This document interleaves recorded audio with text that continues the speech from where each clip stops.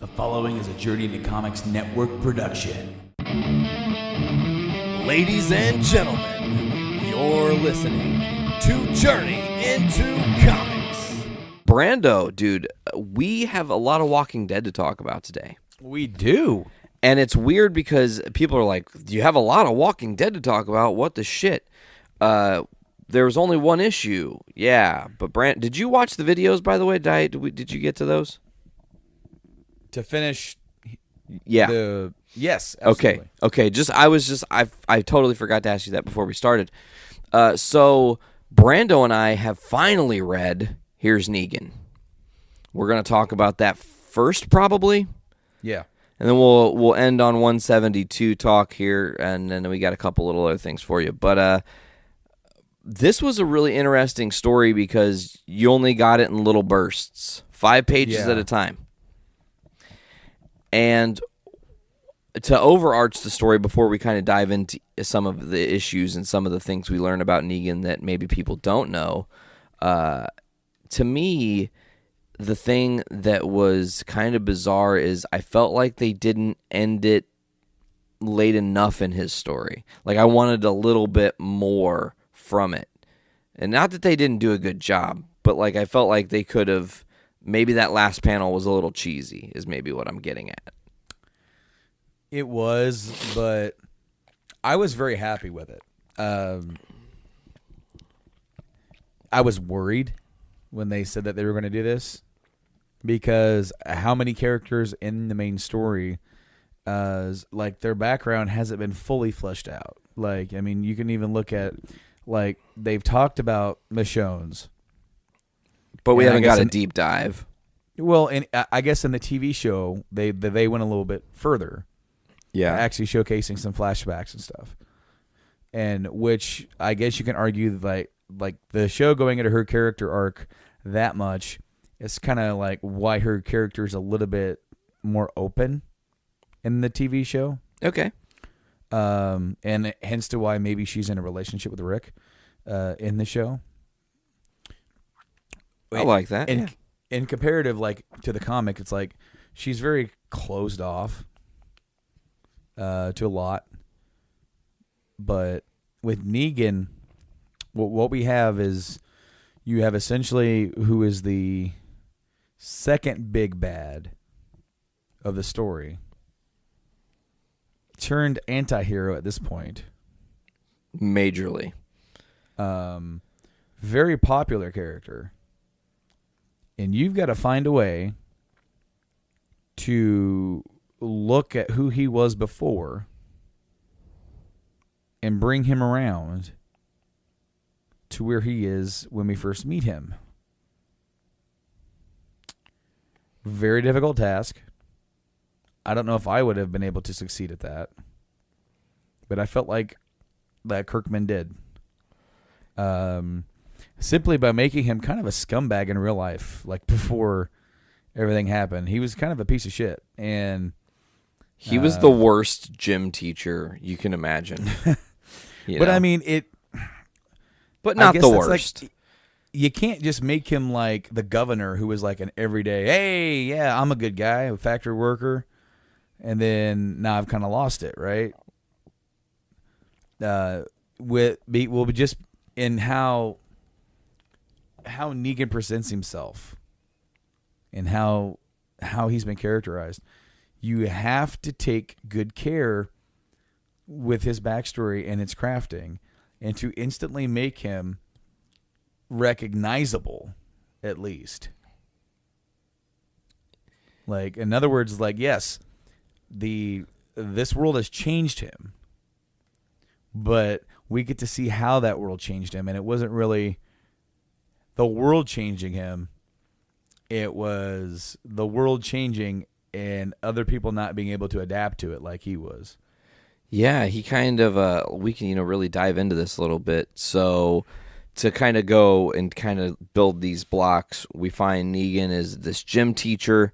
He's kind of the, cusses at his students, gym teacher, makes fun of them, kind of the bully gym teacher prototype or archetype, as it were.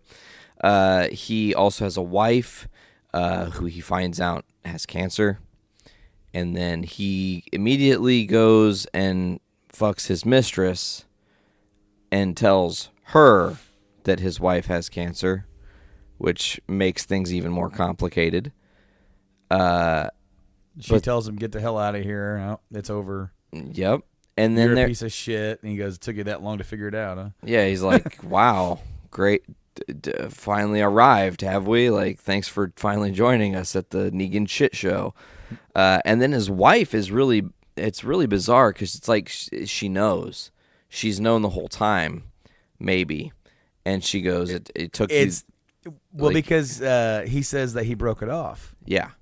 He goes, "I broke it off with her. I want to be with you." And she's like, "Are you a fucking idiot?" Yeah, like, I'm the one She goes, that's dying. What are you thinking? You chose me. Yeah. He goes, and he's like, I realized that you're who I want, and I want to be with you. And, I want us to be together. And she goes, "Well, that's not going to be very long." Correct. And I felt it was interesting because I don't know if you noticed this, but I don't think he says her name except for one time. And it's the shit is hitting the fan moment of here's Negan's story, because now we are back at the start of the outbreak. And we're in a different person's perspective now. It's from Negan's eyes, and he's with his wife, and she's in the hospital, getting obviously worse by the second.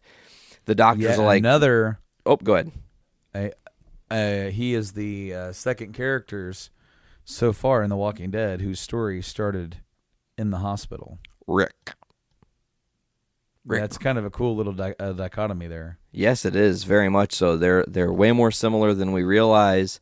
It's interesting, too, because Rick also lost his wife that he really loved, and it kind of drove him to be the Rick he is now, which isn't the Rick he is now anymore. That's bizarre to say. But so Negan is in the hospital, and he's like, "I'm not leaving my fucking wife." Or, "No, whatever." They're like, "Okay, fine, fuck you, we're going. Like, we're going to leave you in this hospital. You're going to have to fend for yourself. Good luck." And she dies. And he is very sad, and he's crying, and he has this moment with her, and it's bizarre because it was the most selfless we've seen Negan in the entire series, most likely, because he decided to stay with her when really he could have abandoned her. She was going to die anyways, and then she does, but he stays with her in her final moments. And then she reanimates. And now Negan is like, "Lucille," and you finally hear, boom, there's her name. There we have it. Now there's the connection. Now we know officially that this bat that we've gotten so much story in the book with and why it's so important to Negan, now we get the backing up of the importance, and it solidified it. It was really cool. Negan starts to kind of just find people and say, "Sure, I'll help you survive. Let's do it." Except for everybody fucking sucks. Yeah, they all die. All of them. It's almost like a montage. It's like he meets them, and then like a panel or two later, they're dead. It's like he meets them. You get a whole thing of, "Hey, blah, blah, blah, blah, blah, blah," and then they're dead. Yeah, and then finally, deeper into the story, we meet a guy named Dwight. And I loved when that finally took place, because it's like, "Hey, I'm Dwight." And Dwight is kind of the leader of this group of Saviors 1.0 before they were officially Saviors, because, of course, that Negan makes that official. They were survivors. They were just survivors, correct. Thank you. So it was interesting that Dwight, they introduce each other, and then Negan's like, "Okay, well, I'm going to join you guys, but you got to want to fucking have it. You got to want to live. Everybody else I've been around, they just fucking die, and I can't do it anymore. Like, every fucking person dies, and I'm so sick of it." And think about that for Negan. He was living his life in this moment. He has it all. He's this whole situation going on, and then it's abruptly taken from him. Cuts ties with the mistress, loses his wife. The world starts to end. He's got to kind of figure it out on his own. every person he tries to connect with. I think there's even a girl maybe he's dating at one point for like a short hot minute that he has with him, and she gets bit, and he's like, are you fucking kidding me? How long ago was it that you got bit? Die, just fuck off. Like, I'm gone. I'm so over this. And I loved that scene from Negan because it was just him throwing his hands in the air and going, this is unfucking believable. Like, why doesn't anybody want to live as much as I do in this fucked up world now? And I think that's really what drives him to be who he becomes. When Dwight brings him in, they start introducing themselves. He goes, yeah. I'll learn your names if you guys live a few weeks, and then I'll remember them. For now, though, just keep doing what you're doing. Don't let me be a bother. And it shows you how much each time he brings somebody in, they all tell them who they are and they share their story, and Negan gets emotionally invested into these people. Yeah, it's like he's a hard ass. He's a badass guy, but then once he starts getting to know people, then he tries to help them, and then one by one they all die. And then that just like he gets to a point where he's had enough. He can't do it anymore. He can't lose anybody else. Yeah. And then he gets we actually missed the entire rundown with the group wherein he's trying to get gas for his car. I love that scene. He's trying to get gas, and they're all like, "Hey, we think you got our gas there." And he's like he says something like, "Because I think I'm about ready to open up some vengeance on you." Or whatever. He tries to be cool about it, and he realizes that he he said it wrong and it wasn't cool. He goes, let's start again. Yeah, and it's funny because he makes the hilarious putting of things together. He's like, this is your gas? It's your where's your car? Do you guys even know how to hotwire a car? Do you know how to do anything? Like, I don't think so. Like, he laughs them off. It's great. And then they all die because they're sitting at camp, and that's when Negan first had to shoot a gun is with these people, and shoots like a rabbit or something, and he's just blabbering on like having a good time, and then they get surrounded, and then he's like kind of yelling at them as they're all dying. He's like, "You couldn't tell me we were surrounded? Why am I just finding this out right now? What the fuck?" Everybody sucks in a crisis, I guess. So we'll move a little bit forward. We're with the Saviors here, and not Saviors, Survivors 1.0. I got to remember that. That's very important. It just happened. It's so ingrained in there that they're the Saviors because that's the group they are. We see a lot of the different members. There's I can't think of his name, but he's with Sherry's group, the black guy with the fucked up eye. He's in the early goings of that. Sherry's obviously there. Dwight's there. And I can't remember exactly what is said or what the lead up is, but one of the dudes in the group essentially just says, like, even if the woman says no, you can still take it because that's the world we live in now. The dude tries to like Negan. We get the story of Negan getting his leather coat for the first time, with him just picking it up. And he's offering it to this girl, saying, "Hey, you look cold. It's all right. I'll grab a blanket or something." And Negan being a genuinely nice guy here. Yeah. And then this guy goes, "Saw you looking at the merchandise. Maybe I'll let you, try a sample or something." And Negan is like, "Excuse the fuck out of me? What did you say?" No. I heard what you said.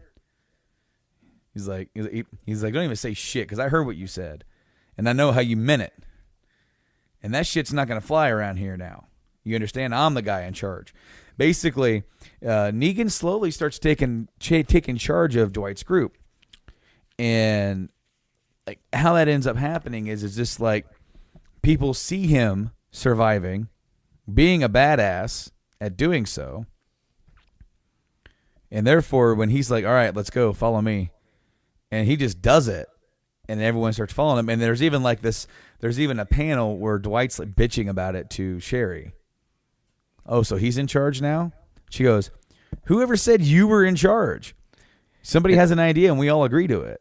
Yep, and whatever the best idea is, we're going to go with it. Just because he made the idea doesn't automatically make him in charge. But it does. He takes it. Because when that dude says what he says, Negan takes it into his hands. And he beats the fuck out of this guy with the bat. Lucille's first taste. Well, actually, they have like a scuffle first, right? Yeah. They had like a little scuffle where they end up like hitting each other a few times. And this dude pushes Negan into the barbed wire because they have like a little barbed wire fence wrapped around them to try and protect them from like, the walkers coming in. And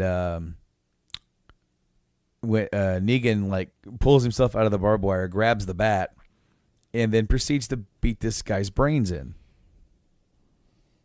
By the way, if you can hear that, that is the wash going. I can't hear anything. Well, I mean, you might be able to pick it up on my end. Oh, yeah, that makes sense.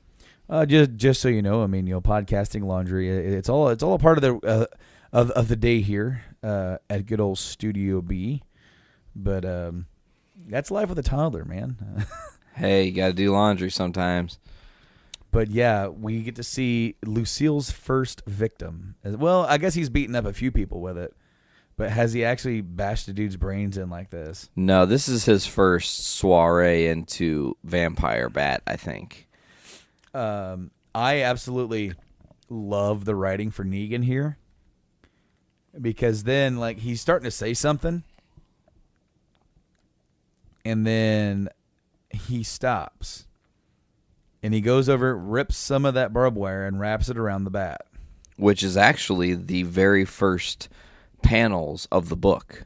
Here's Negan, yes. Which I loved the wraparound. And then he starts walking with the bat on his shoulder, quite like he does later on. But now he's given this speech about how things are different. He's in charge. He goes, "You're with me? Fine. Awesome. We'll protect you." He goes, "You want to hurt us? You're going to end up like this motherfucker down here." He's not playing around anymore. No. And I loved that he also, I think it's important to note that he kind of was like, okay, so I know that what you just saw was real fucked up, but I'm trying to make a difference here. And that shit wasn't cool, and it shouldn't have been cool at the jump. And I had to make him an example. He doesn't really say all of that, but in so many Negan words, that's kind of where his mind goes. And then I love that someone's like, well, how do you know that things are going to be different? And then that's the kind of the last panel, which I thought was cheesy. And it was fitting, though, because he says, "Here's Negan" is like his final line. Which is kind of like, "Here's Johnny," but here's Negan, which is exactly how I read it, like Jeffrey Dean Morgan, Sandra. I heard that they might actually incorporate some of the Here's Negan story into the season of The Walking Dead or the coming seasons of The Walking Dead.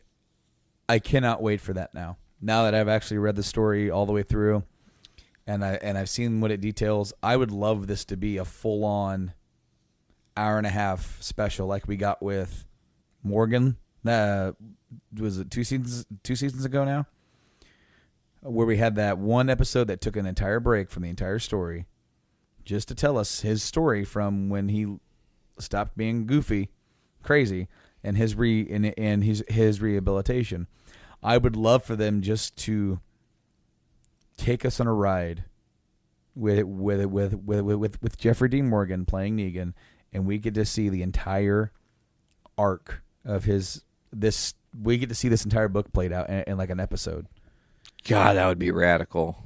I would absolutely love it. I think I read a lot of the dialogue exactly the way he would say it, and with his cadence, and I cannot wait to see what he would do with it. Interesting. I was gonna say something. Of course, my brain sometimes doesn't always work. Oh, it'd be awesome if they called the episode "Here's Negan." Yeah. I mean, just as a little Boom. extra Easter egg there. Boom, handled, done. You can take that one, Walking Dead. I'll give it to you for free because you probably already thought that was what you were gonna do.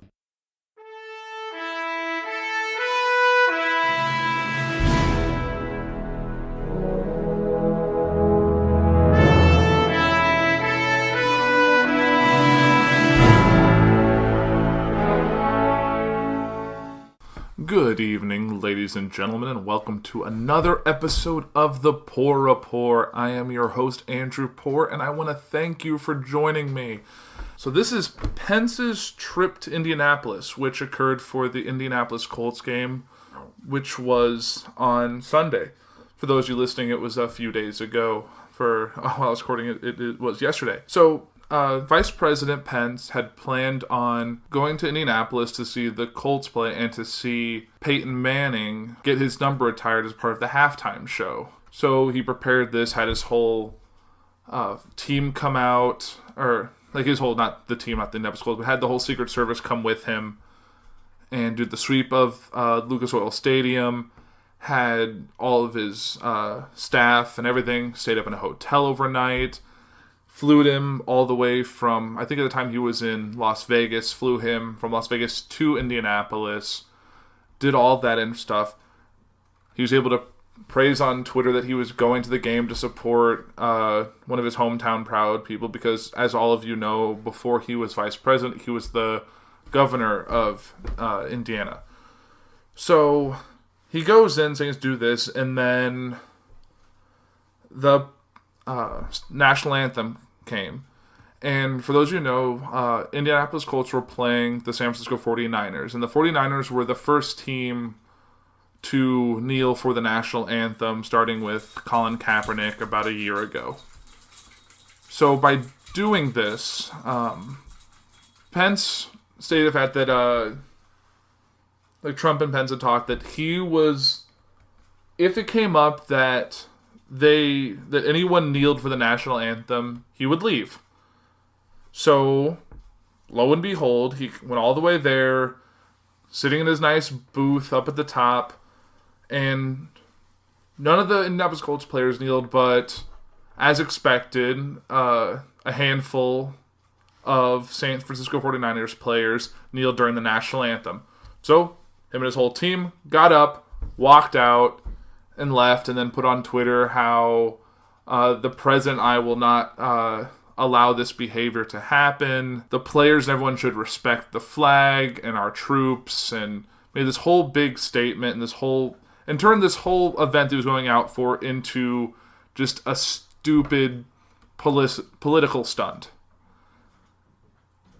He knew what was happening going in, and he chose to spend, and this is what my paper said, was that the price tag for Pence's trip to Indianapolis was $242,500. So he spent almost $250,000 just to make a political statement. And this whole thing even overshadowed Peyton Manning's number getting retired, because all the articles that came out of the Indianapolis Colts game was about Pence walking out right after the national anthem and then getting on his plane and flying off again. It's just kind of ridiculous that he would go through all this trouble, waste all this taxpayer money just to be a lackey for President Trump's hard stance against the NFL.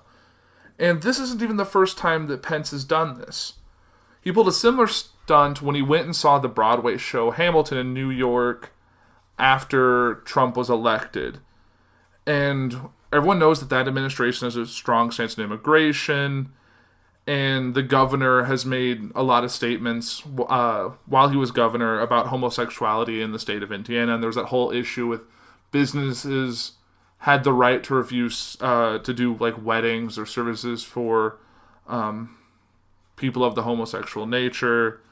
So going to a very liberal theater crowd to see a musical about immigrants and the founding of America by the creator who is of Puerto Rican descent, Lin-Manuel Miranda, And then, of course, if anyone knew from that story from many months ago now, the lead who played Hamilton gave a speech to Vice President Pence directly from the stage, and then Trump made this big statement about how the cast and the theater should apologize to Pence and his administration and everything, and it was just a big thing, and Trump was able to milk that for everything he got out of it. So this is just really ridiculous for me that he knew well going into the game that the 49ers were likely going to kneel. His just showing up wasn't going to change anything. It probably would have made it worse. Just like weeks ago when Trump really went after the NFL saying, like, owners should fire any player that kneels. And then, lo and behold, the next day, many, many, many more players from all teams kneeled or chose to stand with locked arms or chose not even come out of the locker room during the national anthem, further driving this divide between the people that strongly support Trump and everything it stands for and people who just want to watch football. And typically, I feel like most Americans love football, and this has caused a major divide with people who really love their team and people who are very conservative and very for everything Trump says in his administration. And I've seen plenty of people on Facebook say, I'm not watching the NFL anymore. This is ridiculous. I hope the Bears win, but I'm not going to watch until people stop kneeling. And I'm sure, it's just ridiculous, the people that are doing this. And it seems crazy to waste all that money for a political stunt. And his staff even said to the press that were following them that you should probably just stay in the car. They probably won't be in there long. So they clearly went in knowing that this was just a political sideshow act. That he trotted out just to make this statement, just to make all the news articles giving Trump something else to talk about on Twitter and in front of the media and more things just to divert from everything else that's been going on, which is just, it's always just pivoting. That's what this whole administration seems to be doing. Whenever something happens that looks negative on them, they'll pivot or pull focus. And this reminded me of a quote from the TV show House of Cards on Netflix. It was one of the earlier seasons where Frank Underwood was then vice president. Spoilers for those of you who haven't watched House of Cards yet. He said, vice presidents are either doormats or matadors. And really with everything that's going on, which do you think Pence is? Red meat, we crave sustenance. Guys, we are not invading my aunt.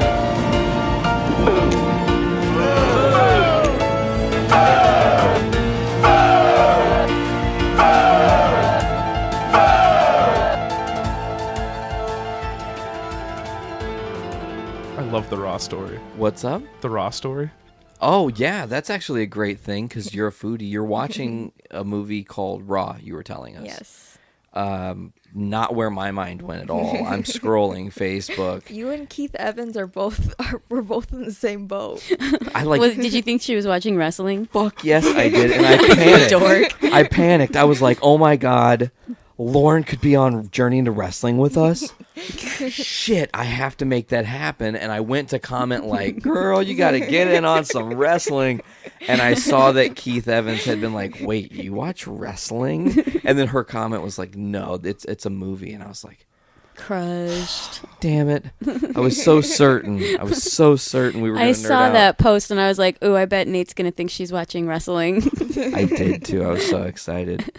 Also, like, Taco Bell posts are life. I love your Taco Bell posts because I have my Taco Bell a very, very specific way. What's your order? Oh, we're fast foodieing it. Okay, so if I'm going to Taco Bell right now, I would probably get whatever their $5 box is at the time. Right now, it's like a chicken quesadilla with like a spicy jalapeno sauce. I don't like the spicy So your stuff. order with Taco Bell varies based on what's in their $5 box. Sometimes I just like keep it basic. But there's some things that I always do. So like the $5 box typically comes with like two kinds of taco. It's like a soft shell taco and a burrito, or it's a soft shell taco and a hard shell taco, or it's a Doritos Los Tacos and a hard shell taco, or whatever. Whatever the combo is, I always get it beans instead of beef. I always get it no lettuce. Everything else, however they make it, I typically like it supreme with tomatoes and the sour cream. But the new wrap they have, or it's a quesadilla, has crispy chicken in the quesadilla. It's fucking unreal. That sounds delicious. It is delicious. What would you order from Taco Bell right now? I don't go to Taco Bell all that often. It's been like a couple years since I've been to Taco Bell. Wow. Oh my god. But although I was in the same boat as you, probably up until like 2 or 3 months ago. That's when we got the first Taco Bell in Winfield, down where I work. So Down there. I Way down there. hadn't eaten Taco Bell probably in like the past like 4 or 5 years. Yeah, I just don't know where the one is. But even when there was one nearby, I didn't go there all that often. But usually when I'd go, I'd get like 3 or 4 soft shell tacos, just with meat, cheese, and tomatoes, and then I'd put some mild sauce on it. Oh, delicious. That was always good. Nice quick on the go meal. I always get a Nacho Bel Grande. Damn, that's right. I love the There's a Nacho fist Bel bump Grande. right there. Add avocado. Oh, Or, fuck. You speak or add my guacamole. language. I'm sorry. Thank you. I was like, I'm just straight avocado. Taco Bell doesn't have straight avocado. No, they're not hipster enough Add for guac. that. They're not like Chipotle. And guac. Add Chipotle? guac, yes. And guac. Chipotle. Chipotle. What about you? V, what are you ordering from the Taco Bell drive-thru right now that we're in imaginarily? Probably regrets. But, if I'm being honest. Fuck, I wasn't expecting that. That was great. There was another fist bump. I don't know. I'd probably get one of those caramel apple empanadas because they're delicious. And I would get some cheese roll-ups with mild sauce because That's your jam. that's my jam. That's Yeah. a nice, So easy Nate- thing. Oh, sorry. Won't make you sick or anything. What are you gonna wash that down with? Ooh. They had a Starburst drink at one point, like it was like a slushy drink. Really? Yeah, the pink Starburst one, and that was really tasty. But otherwise, I'm just getting a Pepsi or a Coke, whatever. Sounds they like have sugar, about. just like straight. Oh, it was legit, straight up pure sugar. I'm It not was going to lie, delicious. man. Train of Our Existence, what's up? And they're definitely going to hear that. All the mics are live picking that up. But honestly, I am a root beer fiend. Love root beer. I don't like that it doesn't have any sugar in it, or it doesn't have any caffeine in it. Yeah, I don't like root beer at all. I don't jam I on just the feel like if I'm sarsaparilla. drinking pop, I might as well be getting caffeine from it. So Right. I guess that's a fair point, but I just love the taste. Well, I could also say that that's a similar thing with ginger ale, but I love drinking ginger ale even though it's caffeine free. yeah.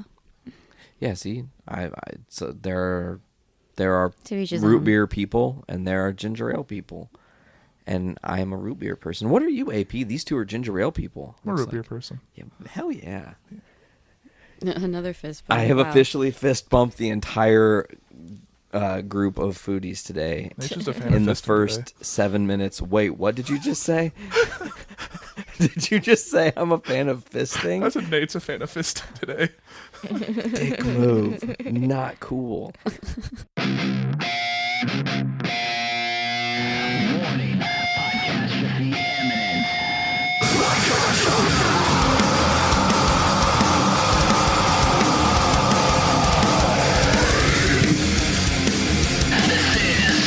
is Podcastrophe. Let's talk about Saturday. Right. Let's talk about Saturday. I worked.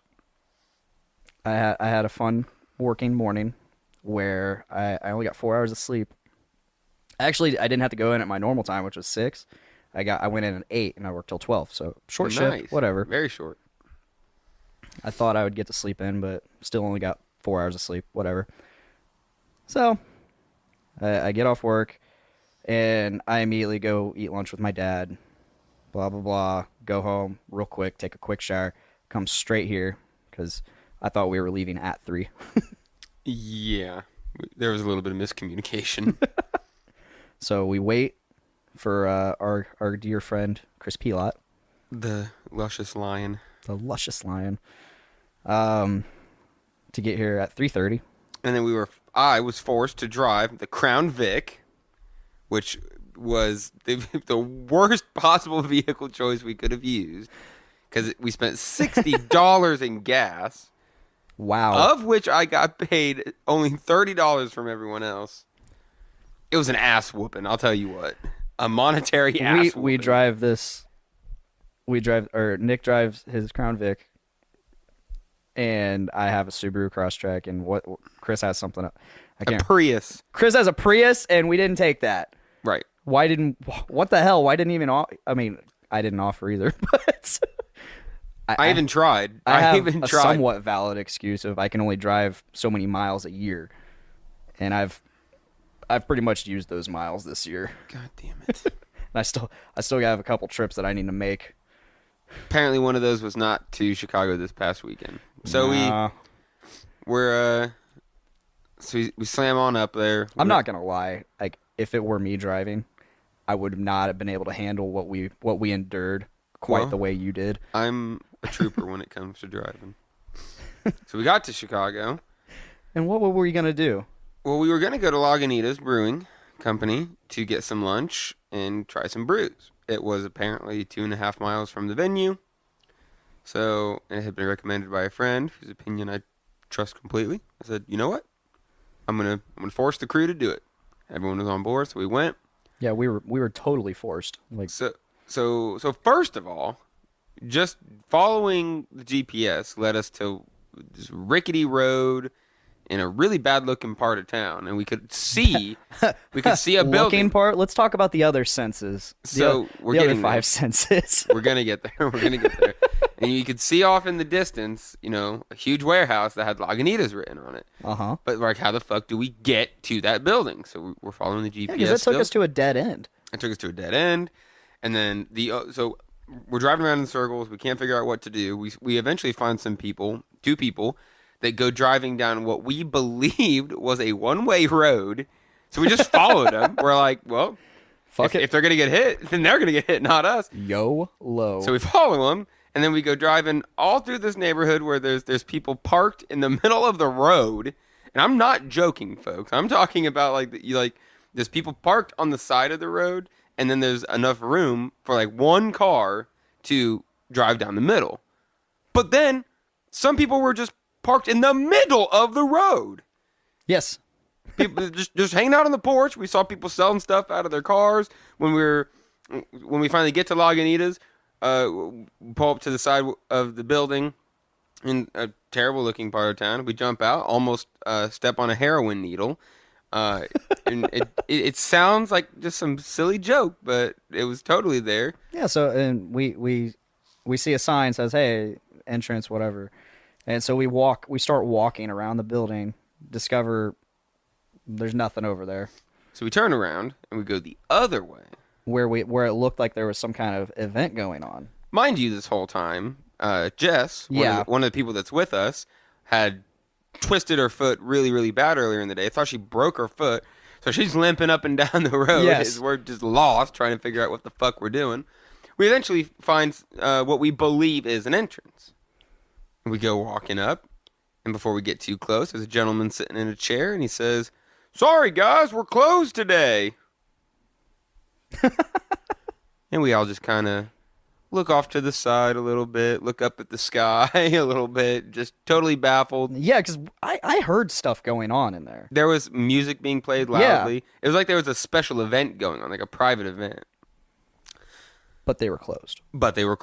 So we walked back down the nasty sidewalk. We jumped over. So down the sidewalk and over the heroin needle. Back to the car we go. And meanwhile, Jess is trailing. And trailing, limping behind us. We eventually decide, we're just going to find some place else to go. Jess is the one that eventually finds a place for us to go. A Lulu. It was just 2 or 3 miles away, and it was still relatively close to the venue. 2-3 miles away. Tons of speed bumps in the middle of crazy, stupid streets with people parked in the middle of the road yet again. It was so... Speed bumps every 20 feet. Yeah, and there's a couple of you can't see them. They're not marked very well at all. I almost slammed the car over a couple of them. We joked at one point that if they just put a couple more speed bumps in, it would just be a raised road. They wouldn't be speed bumps anymore because there were already so many. It'd be higher ground, yeah. Maybe it was a dirt track, dirt bike track or something. We were just unaware of it. Yeah, clearly it was. I think it was like a motocross An obstacle place, course. like right before the Great Chicago Fire, Right. hundreds of years ago. It was problematic. Yes, but we eventually found the Alulu Brew Pub. It was a neat little place. I definitely like the vibe. Yeah, I like the vibe. What'd they say about like the tables and stuff? That when they had bought the spot and they were doing all their renovations, they repurposed all the wood. So for their clipboards, for the waitresses, it was repurposed wood. The bar, repurposed wood. They had maybe 6 or 7 tables in there, all repurposed wood. So on top of all the repurposed wood, they had the, little candles on the tables, yeah, the grass on the wall. And so it was a brew pub, and they had maybe it was 20 plus taps. I don't know if they had 20 different beers, but they definitely had a large beer selection. 2 of us got flights, which are just multiple different kinds of beers in tiny little sample glasses. So instead of just having one beer, you can try a bunch of different ones for all you out there who don't know what a flight is. And 4 out of the 5 that I had were really good. There's light beers, dark beers. Yeah. The oatmeal stout I had, it was just creamy. It was so tasty. The Oktoberfest sucked. That was the one that was like, yeah. I was like, whoa. But I didn't enjoy mine. I had the Shad the Impaler. Or not Yeah. Shad the Impaler, Shad the Calmer. Totally different. Totally different things. Totally different things on completely opposite ends of the spectrum. Yeah. Shad's alternate personality. I think. Yeah. I think I was thinking Vlad. Yeah, definitely. Oops. Definitely. Shad the Calmer, which was a APA. I think it was like 35 IBU. Yeah, it was very sessionable. It wasn't that. It was good. Like I think I said it there. I didn't have it didn't have a bold enough flavor for me. I can understand that. I think I gave it a 2.75 out of 5 on Untapped. Okay. So it's all right. The food was okay. Yeah, it was definitely. The thing I've noticed upscale. about these brew pubs and breweries is like when they have food is like they try to fancy it up so really hardcore. hard. Like I didn't understand half of them, like the food that was on there. I think the only thing I really recognized word wise was poutine and pork. And I totally got the poutine. Barbecue. It was so good. That barbecue sauce on my on the pork shoulder thing that I had, it was really good. Yeah. That was really good. My I enjoyed that. frites were good. My frites were good too, along with the sour cream or it was like a French onion like dip that they gave me along with our tangy tomato paste. Tomato paste. Ketchup. It was ketchup. It was totally ketchup. But we had to fancy up the words. See, everything was great there until the waitress decided she didn't want to, do her job anymore. Took us forever to get out of there. The service was not the best. No. But then we made it to the show. We missed Tooth Grinder. And that bummed me out so hard because I love Tooth Grinder. Yeah. I've seen him twice now opening up for 36 Crazy Fists. I was pretty disappointed in myself. Oh, well, it happens. I mean, I managed to talk to one of the members. I think his name's Matt. Mm-hmm. I told him about the Doom Room, and I let him know that of a booking you made. Yeah, we did talk about that. Or possible booking you made. It's in the works. I told him, I was like, hey, hit us up. I don't know how you feel about basement shows, but we do other shows too. Right. We can make it work. Yeah. And he seemed all about it. He's like, dude, we're about to come out with a new CD and have our own headlining tour. And he's like, when we do our headlining tour, we get to pick the places. We should send them a message reminding them. Do it. But that was so the show was at the Bottom Lounge. Yeah. That was the first time I'd ever been to the Bottom Lounge. As soon as I walked in, I was like, this is awesome. Totally sold. Oh, from yeah. the moment I walked in. And of course, I look on the list of drafts and they have Zombie Dust, so I'm definitely okay. Right. Yeah, they had 50 different beers. Mm-hmm.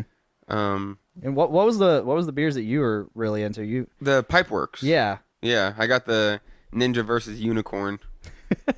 I love craft beer names. Yeah, I got that, and then a Gumball Head. I love Gumball Head on draft. I've never liked Gumball Head. You're missing out, man. I've never liked it. Yeah. So this place was like it looked like an old warehouse. Yeah. Well, it looked like that's what it was, but it was renovated so well. It had a bunch of old pinball machines. It looked like it had another upstairs area for private events. And then a totally separate room for the venue. So you had to walk through double doors to get into the place where the music was being played, and it had a bar. But then it was, I bet you they've got a 1,000 cap in there, maybe. And it was packed. It was totally, absolutely packed. Totally packed. It was sold out. I think it was sold out because Between the Buried and Me played both nights. Yep. Or 2 nights, and it was sold out both nights. Yeah. I wish I could have gone to the other one, too. I wish I could just follow them around. Our buddy Jake did. Jake Quintilla. He went to both? No, he went to the next night. Oh. Him and, I always forget his name. Jason Schultz. Yeah, Jason. Yep. Who I ran into.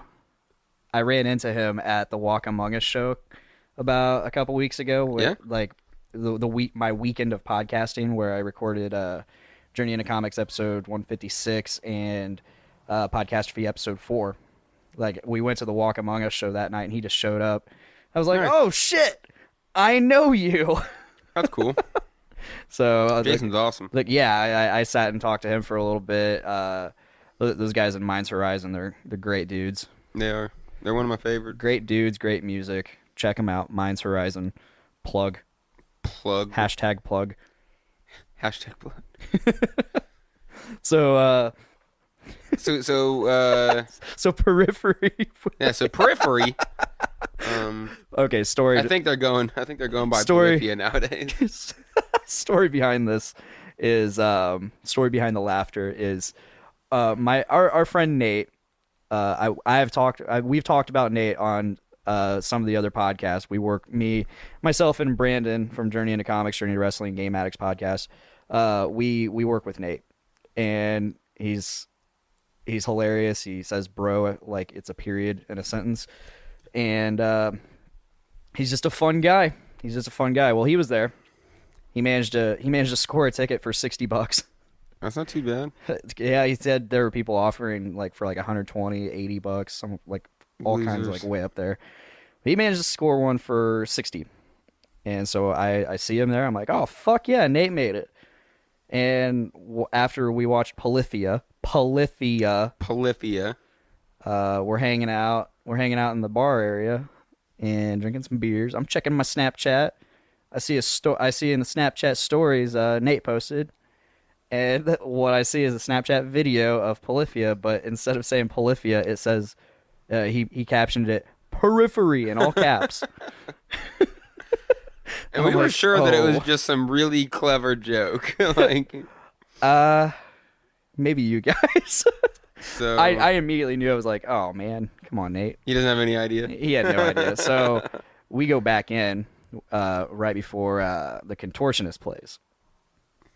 And I look. Well, the Contortionist is actually playing at this point. I go, dude, Nate, how'd you like Periphery? He goes, they were pretty badass, bro. Totally serious. And then I just started busting out. I think you were laughing too. Oh, yeah. We were both laughing.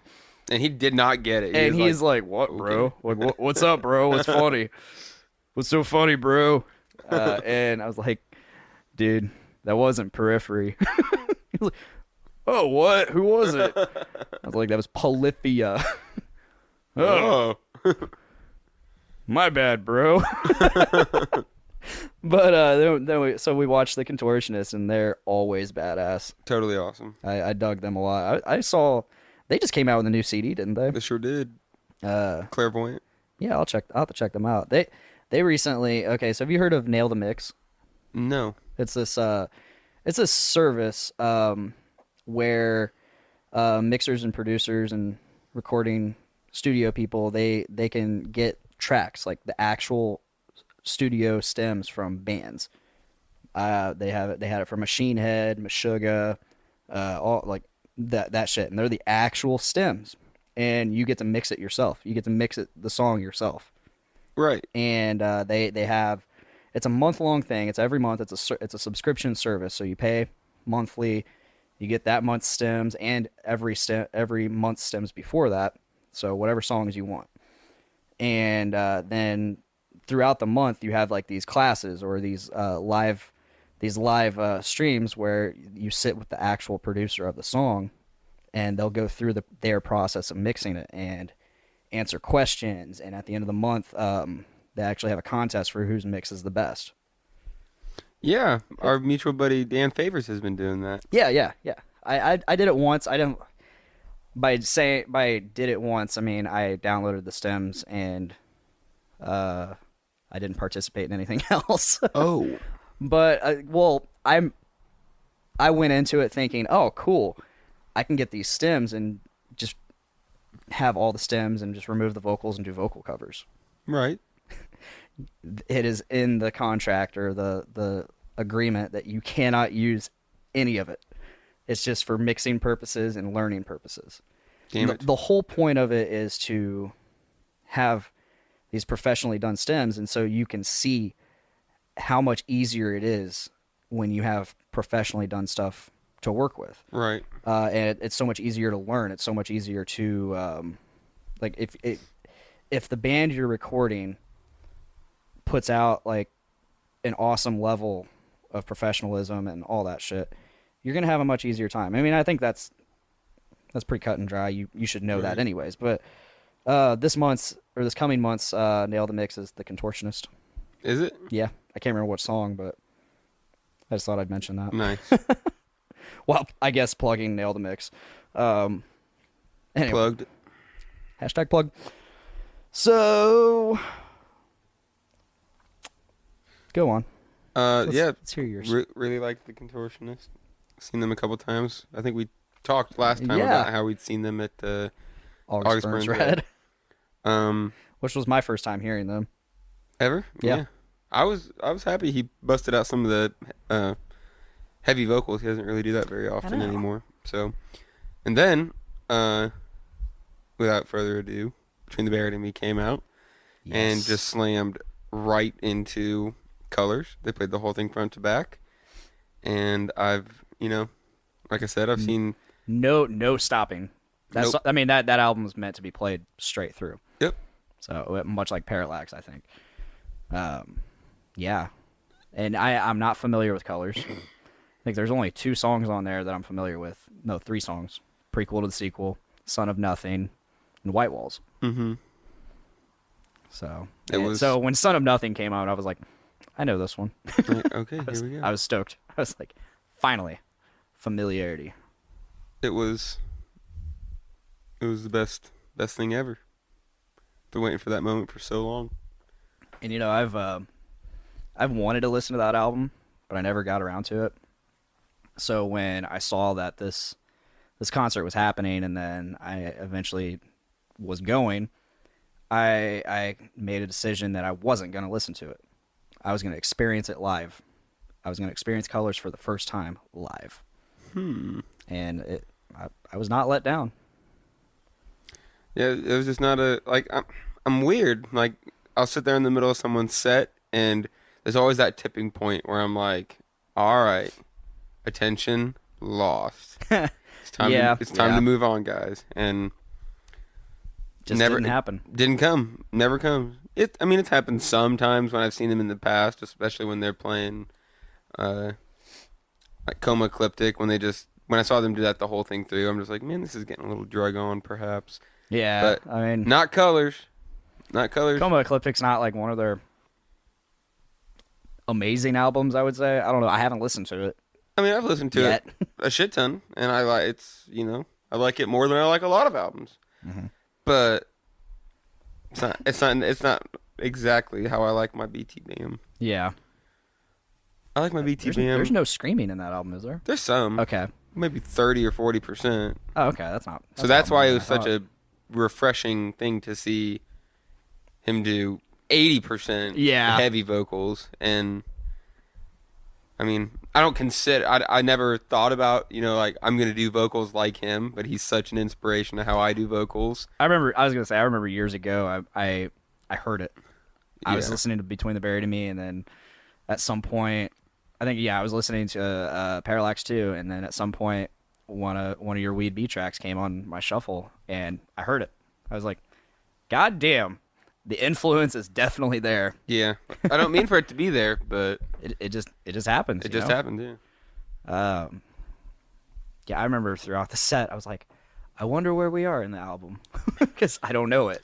I always knew, almost to the minute. I'm like, all right, we're about 37 minutes into this thing. Yeah, I kept looking at my watch and just to see like where we were at in the album, because you said it was like an hour, 6-minute album or something like that. Yeah, just over a minute. Just over an hour. I'm like, very really brief show, guys. Very brief show. We were in and out.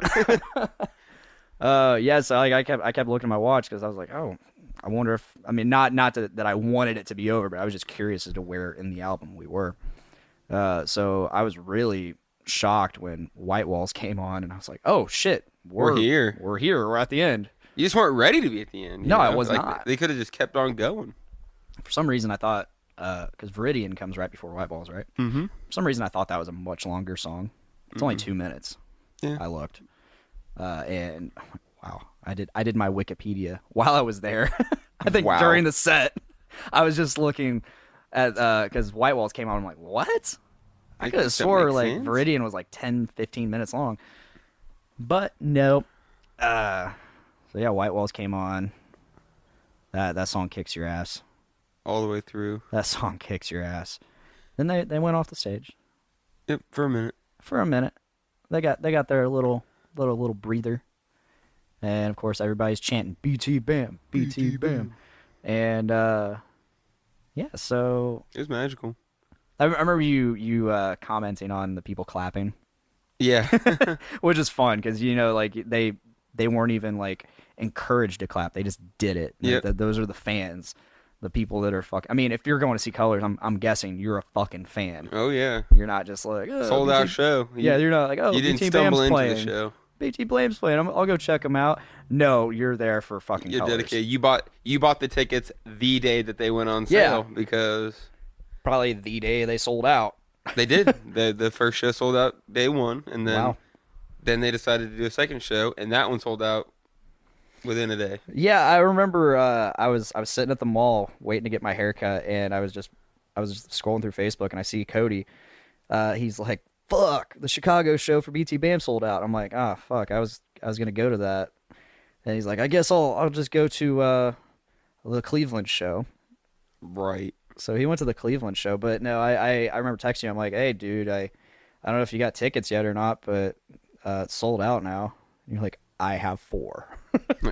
I'm like, "Here is $30. Here's my money. Spot secured." What was their encore song? Mordecai. Mordecai? I thought it was something else. Was it? It was Mordecai. Okay. And that's on what album? I believe Silent Circus. Okay. So it's old. Okay, so yeah. So it was cool to actually, hear them talk to us. Yeah, for that one brief moment. For that brief moment where they're actually like, "Hey, thanks for coming out and enjoying the show and Colors and clapping." That clapping was awesome. Just seeing everybody so into it and clapping these awesome rhythms. Right, like, that's the comment I made. Yeah, I was like, they're not following like his lead. They just know that that's how it goes. Yeah, they listened to this album they're doing thousands of times. 1, 2, 1, 2, 3. Yeah, 1, that 2, was it. 1, 2, 3. Yeah, I remember. It was a fun show.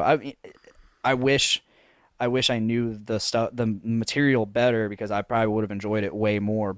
But it was great for my first BT Bam experience. It was great for my first Colors experience. And so I mean, would I put this in my top shows? No, but it was fun. Good luck.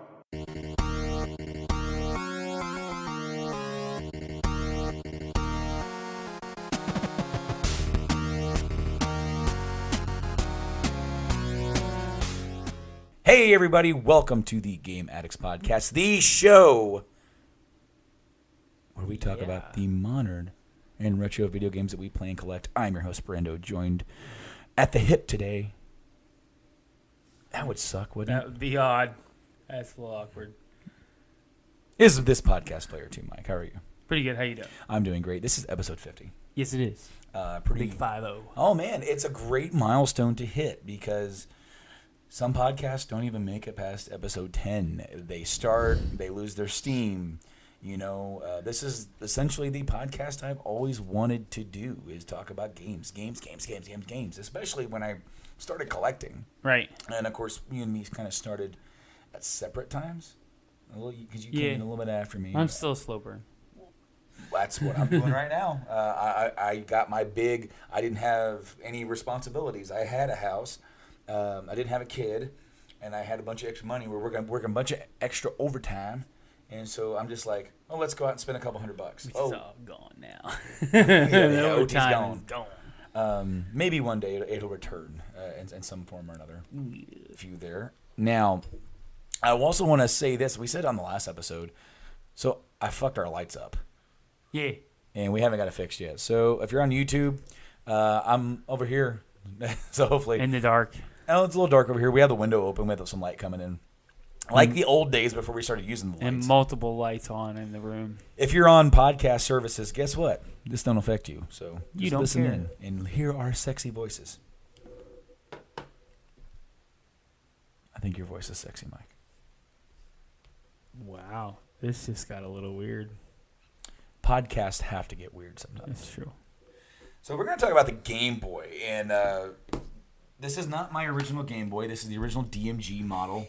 I know where mine is. I mean, this thing is massive. I've tried playing on this one. It's hard. It sucks. Not into it. No more. This is actually Matt Milliken's. He donated this to me. Yeah. He donated this, and I think he donated like Centipede Millipede. He said his dad used to play it. Huh. And it's pretty rough. It is rough. It has seen some play, and so I have it around for collector purposes at this point. But that's pretty much. Hey, just be thankful it doesn't weigh as much as the Game Gear did. Yeah, I mean, of course, the screen, it's a black and white graphics, but they're on like a green, like overlay type screen, so it looks kind of like, it just looks gray and black. Yeah. Or no, green and black. Now, this was released in Japan April 21st, 1989. Over here, it came out just a few months later, July 31st. 89. I did not get mine until, 93, 94. I still need to get my first game ever for that system. Yeah, there was Killer Instinct. I couldn't remember if it was that or Mortal Kombat. My first game, when I got mine, okay, so my mom got it at a garage sale. And it came with a zipper-up carrying pack. And it had a magnifying thing. It had an AC adapter, I want to say. Which that's actually that's not the AC adapter. Where is it? Is it over here? Extension. AC adapter is over here on the left side. Mm-hmm. Right by the contrast. So it had an AC adapter, and it had a little small collection of games, which of course was Super Mario Land, Caesar's Palace, Turtles Fall, The Foot Clan,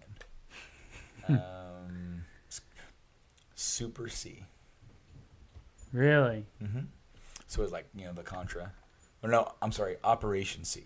I was going to say, I think it was Operation C. Super C was the NES version of that, but yeah, Operation C. What are you doing, dog meat? Hey, puppy, how you doing? Yeah, it's just like him. Man, I can't remember if that was it. I think I might have been it. But I got like a little small collection, and hey, no. And that's kind of, buddy. If you want to be on the podcast, you gotta come over here, pal. Hey, come here, buddy. Hey, how you doing? How you doing? This dog is like all over our podcast network. Oh yeah, just hanging out. So yeah, man. Garage sale, got my first DMG unit. I thought it was the greatest thing ever. I really did. Like, I was like easily impressed. So, I think I said this story before. I think I said it on the last podcast, but when I got mine, I played the crap out of it. Mm-hmm. So I always used on Killer Instinct the skeleton guy, whatever his name is. I can't remember. I can't remember either. A lot of people used him because in the Super Nintendo version, you could transform him into Iodon, the final boss. You could transform him into him. But I used him just to beat the game. So my goal forever was to beat the game without ever being hit at all. Mm-hmm. Which you could do with him because you could throw your shield up. Last boss. Last attack. I've been trying for weeks and weeks and weeks. And he hit me as I made my final blow. And I got mad because I was only like... Jeez, I don't even know how old it was. Let's see... 8. Boom! Head to screen. And it just turned everything into that, how they used to back in the day, like when you broke the screen, it all turned black. Everything was black, and you could see like all the stuff coming out of it. So I instantly dropped it off my bed because I had a bunk bed and jumped down and ran in upstairs and told my dad, I was like, I dropped my Game Boy, I need a new one. He just looked at me like, no. And I never got another one again. Oh, that sucks. Yeah. Sorry about your pain. My original... You get out of there, Ziggy. You're not going to be on this podcast. Yeah, he is. No. He's like, I like your bag. Put my games back in my bag. How about that? And I'm going to put it on the table. But yeah, that was my original Game Boy. Eventually I got the clamshell.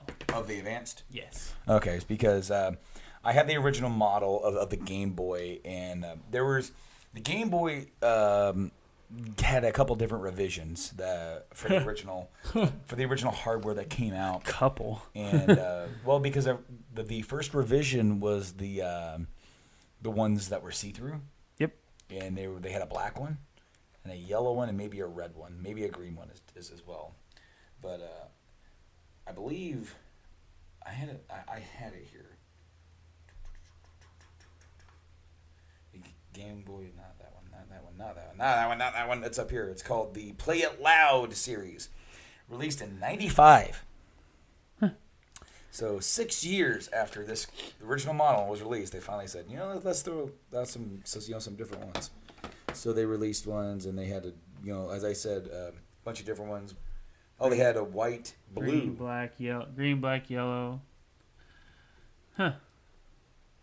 But the Game Boy Pocket, which is basically the original, shrunk down to about this size. Yeah, about this size, about the color size.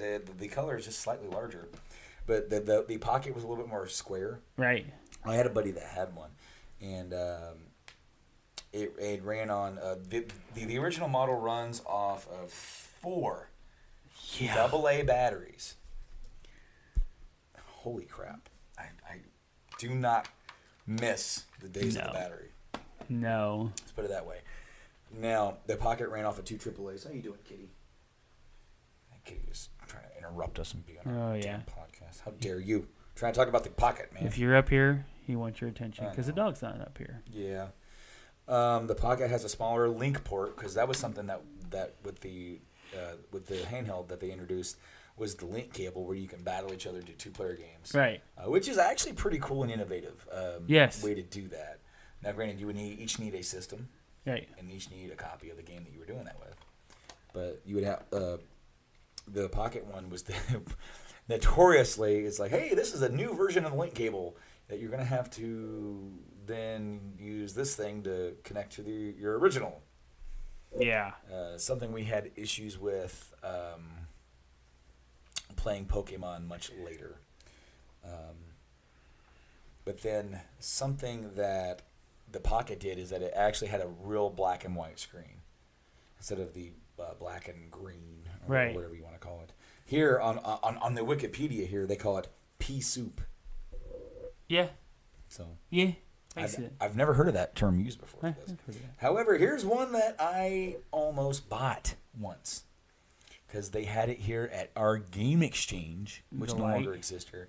The Game Boy Light. Now, the Game Boy Light was basically a model released in Japan that was slightly bigger, around the same size as the Pocket, but it had a luminescent backlight. Mm-hmm. It was the first backlit Game Boy. It was still in black and white, but then you could play in the dark or hard to see environments. So they had it, and unfortunately, it was gone so fast. The cool thing about it is that it was also region free. Yes. With Japanese and U.S. games. So while it was Japanese system, you could play all the American games. Very badass for that. Now the games for this era. Well, actually, you know what? Let's go and we're going to talk about sales. We're going to talk about the sales because the original Game Boy was introduced at a U.S. price of $89.95. Yeah. Of course, in the year of 1989. The units sold.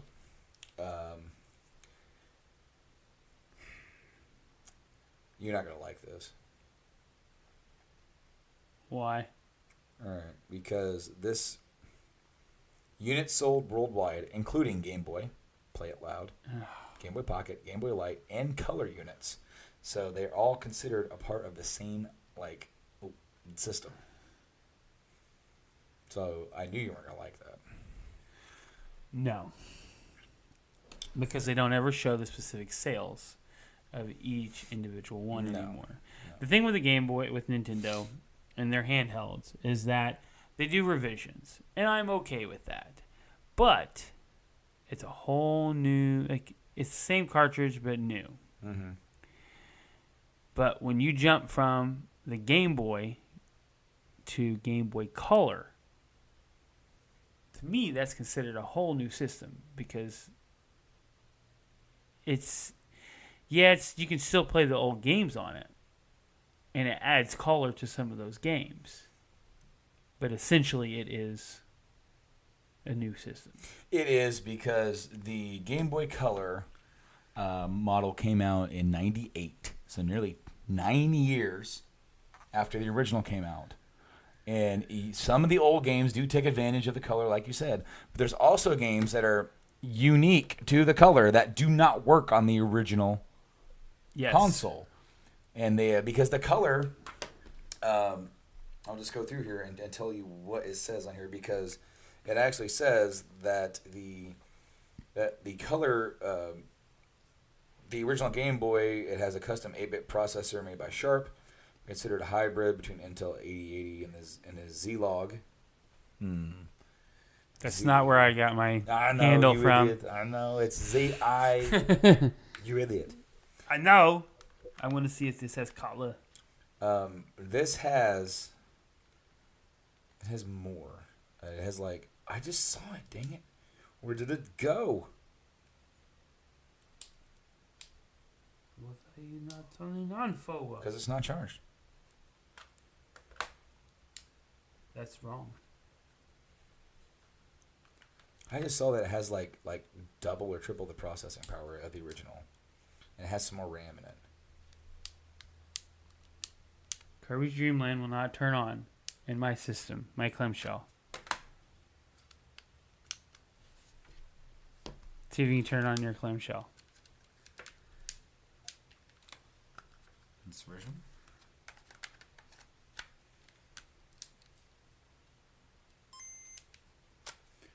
Huh.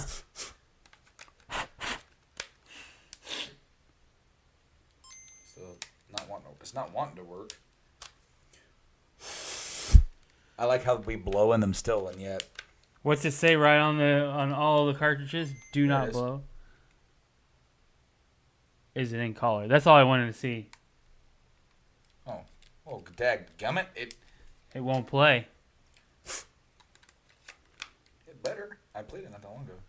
On that? I don't know. There it went. It is in color. Yeah. Because then, I had this game. He's in pink. And then you have the floors. Wow. It does not want to work. It probably needs cleaned. This one's a little haggard. I don't know. We don't have our lights. I can't. Right. I don't know. Like this one, I'm surprised this one plays. This one? Let's see. Well, we'll find you do it. Well, You do it, damn it. hey, this one does. No, it don't. Oh. It has a black bar. Anyways, continue. Yeah, no, I just wanted to say that, like, technically the color is not just a revision. The color is like in modern times, it would be like the new 3DS. Yeah. Yeah. Where it actually has, like, you know, more RAM and more things, and then the exclusive games. So, as I was saying with sales numbers, as we started so long ago, combined Game Boy, Game Boy Pocket, Game Boy Light, Game Boy Color, total sales worldwide 118.69 million. Of that time, that is unbelievable. I mean, that is the... And in serious note, that is amazing for the time. Think of how many are still floating around today. Mm-hmm. Well, and you also have to think that, like, altogether, between the original Game Boy and then the color was discontinued in 2003. Right. And so there was obviously still retail units. So from 89 to 2003, about 118 million units sold. That's really That's good. great. That's fantastic. So what we're going to do now, before we get into the advanced, yes, let's talk about some of the original. Which I only own 2 currently. Well, shame on you, I guess. No, don't shame me. Don't shame me, because the ones that I want, shame. You keep buying. Shame. You bought that one from me. This one? Yes. Kirby's? Yes. Bought this from you? Well, you didn't buy it from me. We were at Disc Replay, and you saw it, and you're like, mine. No, it was 2. No, it was one. It was one. It was one because I didn't want to. No. You know why? Because this is my original. Really? I haven't rebought Kirby. No. No. That's my. I have a few games here that are still my original, and most of them that are not. But but no, this Kirby's Dream Land is original. Kirby's Dream Land 2. I snagged this because I saw this at Game Exchange, and it was gone when I went back the next day. Yeah. And that was back like last Christmas when I was doing GameStop. Hey, give me that game. You didn't bring it up. We got you distracted me by throwing out accusations.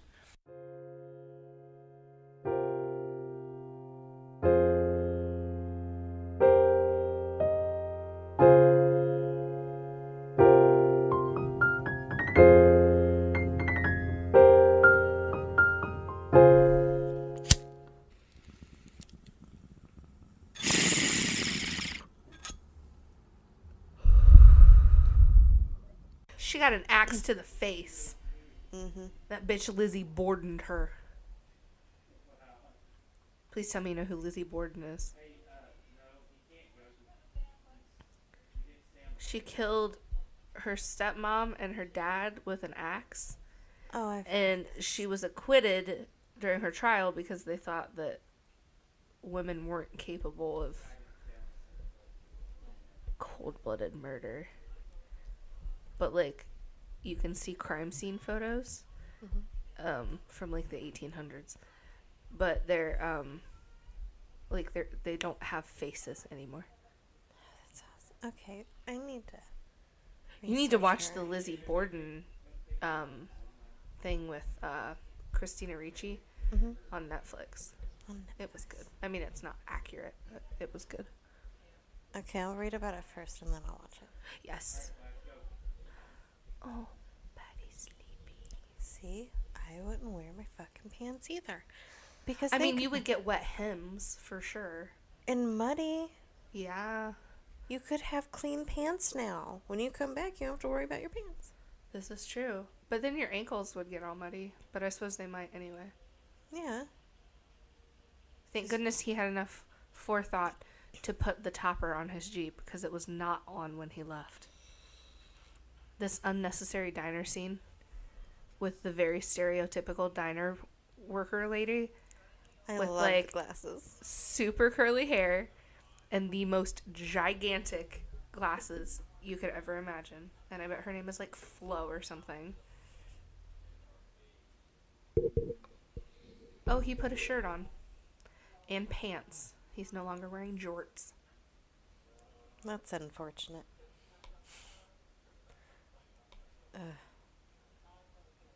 He just looks like a pedophile now. I know. He looked less like a pedophile. With the jorts on. Yeah. Shockingly. He still has no knife in his little holster. It might just be a little pocket knife. I'm telling you, it's made for one of those, like, big knives. Like the killer was using. You keep that 75 cents, Sandy. Goodbye. You're gonna die. You won't live to see the morning light. You're just done. You're just as done as he is. Oh, Isn't he's so he the sweet. cutest? So last night, I was too lazy to put my shirt back on, so I decided to just go to bed. And he got up and he was on my back for so long. He was so warm. And I was starting to fall asleep, and then he got up and it was super cold, and I woke up and I was like, oh my god. So then I had to cover myself up with blanket because I didn't have him anymore. I've been going to bed with 3 blankets and then waking up like sweating in the middle of the night, even though our air conditioner is on. And so I have to take the top blanket off. Okay, then why go to bed with 3 blankets? Because it's cold when I first go to bed, but then as I sleep, I warm up under the blanket. Stop it! Your hands are so cold. They're kind of warm. No. My hands are cold. They're warm. Well, to you, because your hands are freezing. Like your wrist feels warm.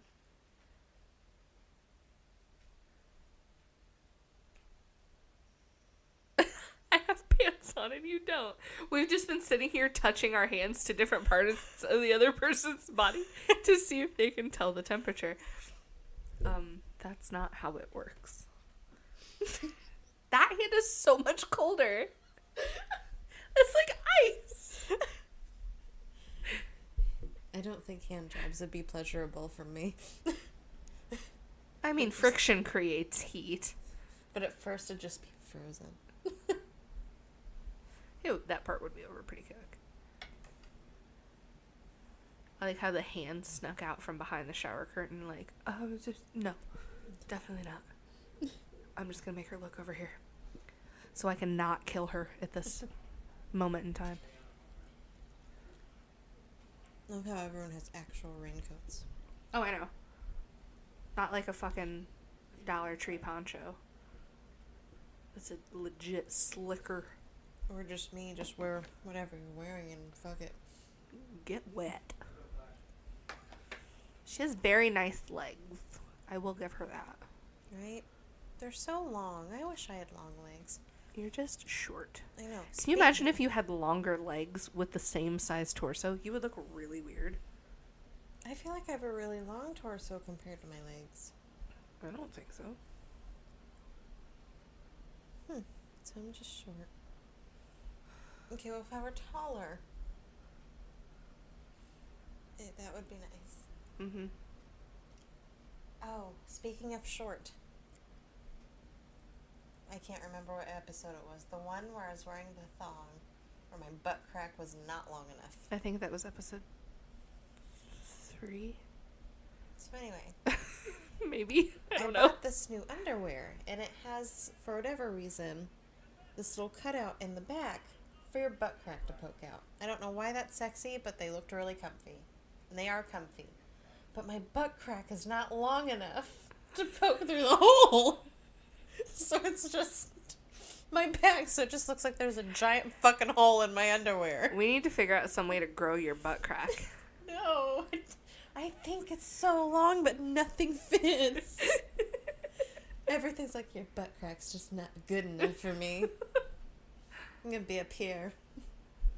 I'm so sorry that your butt crack is not long enough for your new underwear. It's just very disappointing. It looks so fucking weird. It's a good thing that no one's gonna look at them. So I can just feel their comfort. And the hole in the back. Mm-hmm. These are really strange candle holders. They look like gravy boats. They look like tiny porta potties if you were to cut them in half. It's a really strange correlation there. Just think it looks like a gravy boat. It does. Because I think it is a gravy boat. I just looked at it from the top, Caitlin. I'm really high. Uh-huh. And the top, that's just all that came to mind. Because it's blue. I saw This part is creepier when you find out who the killer is.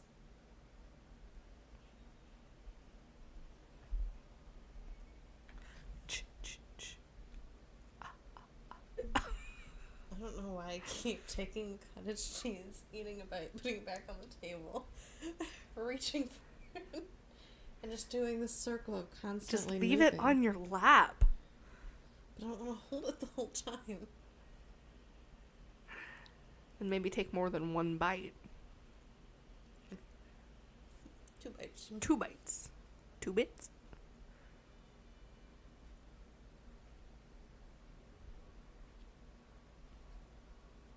Okay, now it looks like a cornucopia.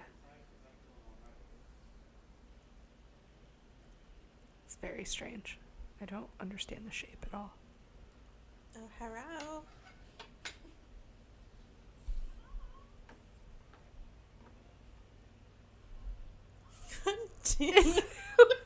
She did it again. The controller is so sensitive. It is. You like breathe on it and it's like 1.5. Okay, sure. It's like, I'm a clitoris. Sorry, that's just where my brain went. Speaking So of... you have to touch it for like 15 minutes before it does anything?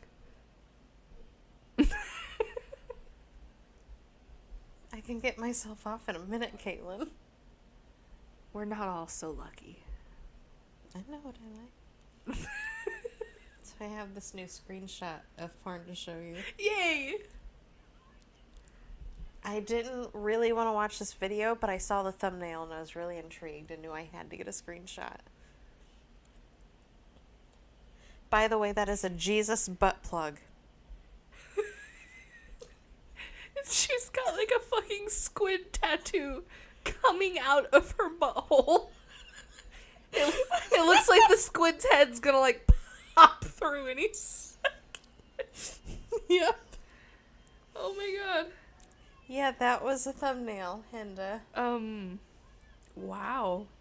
Can you imagine how much money and how much time went into that tattoo? And how long she would have had to hold that position to get that tattoo, because it is all up in her butt crack. And her butthole. Literally her butthole. That is the focal point. She probably has inner anus tattoo.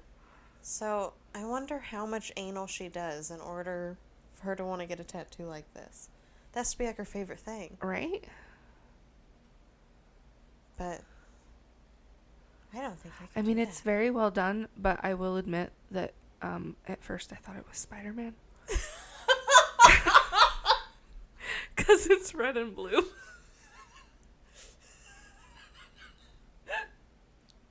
I'm not gonna lie. Oh my god, I see it now. It looks like Spider-Man went splat against a wall.